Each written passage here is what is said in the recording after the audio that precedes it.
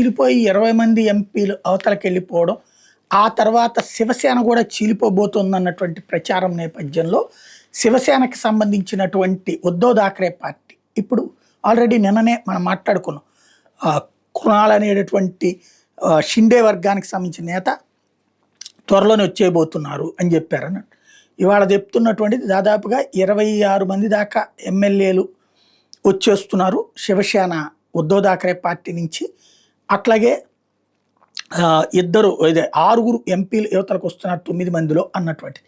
దాంతో కంగారు పడ్డటువంటి ఏది నిన్న సంజయ్ రౌత్ అయితే ఎవడో బోడు అదంతా తప్పుడు ప్రచారం అని చెప్పుకొచ్చాడు. కానీ ఇప్పుడు ఉద్ధవ్ థాక్రే పార్టీ అర్జెంటుగా స్పీకర్కి లేఖ రాసింది.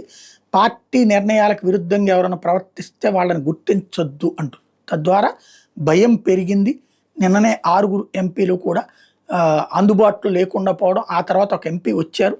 తీరా చూస్తే ఆ తర్వాత మళ్ళీ ఆయన కూడా అందుబాటులో లేరన్నది ఇక్కడ కీ పాయింట్.